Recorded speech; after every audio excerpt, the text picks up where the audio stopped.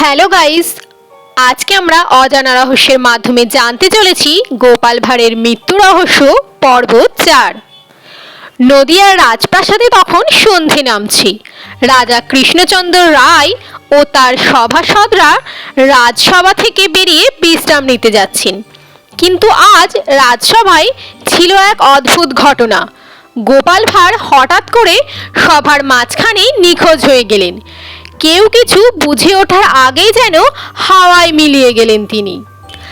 রাজা চিন্তিত, গোপালের মতো বুদ্ধিমান আর হাস্যরসিক মানুষ এমন করে হারিয়ে গেলে রাজ্যটাই যেন ফাঁকা হয়ে যাবে।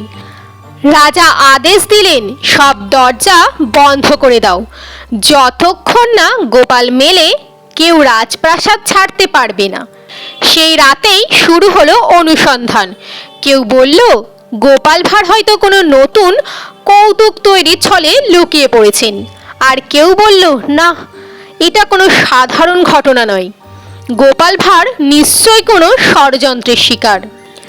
পরদিন সকালে রাজপ্রাসাদের বাগানে একটি পুরনো কুয়োর পাশে পাওয়া গেল গোপালের পাগড়ি আর তার বিখ্যাত বাঁকা ছড়ি। চারিদিকে হইচই পড়ে গেল। গোপাল কি তবে মারা গেছেন? কেউ তাকে হত্যা করে কুয়োতে ফেলেছে নাকি? তদন্তে নামল রাজ্যের গোয়েন্দা বীরেশ্বর। 3 দিন 3 রাত অনুসন্ধান চলল। গোপালের শত্রুদের তালিকা তৈরি করা হলো, কিন্তু রহস্য উন্মোচিত হলো না। চতুর্থ দিন সকালে গোয়েন্দা বীরেশ্বর একটি চিঠি পেলেন। চিঠিতে লেখা, যে গোপালকে তোমরা হারিয়েছ সে নেই, কিন্তু যে সত্য গোপাল ছিল সে আজ রাজ্য বাঁচাতে নিজেকে লুকিয়েছে।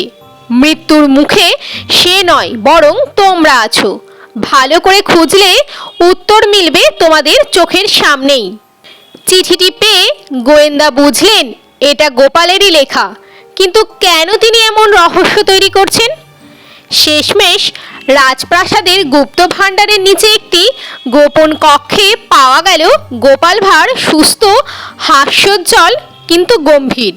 গোপাল বললেন, রাজামশাই, রাজ্যের গুপ্তধনের সন্ধান পেয়ে কিছু সভাসদ বিদেশি সৈন্যদের সঙ্গে যোগাযোগ করছিল।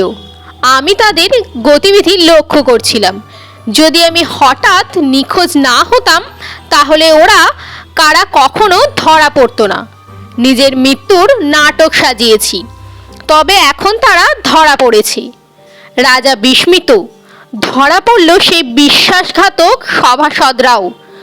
গোপালের চতুরতা ও আত্মবলিদানে বাঁচল রাজ্য।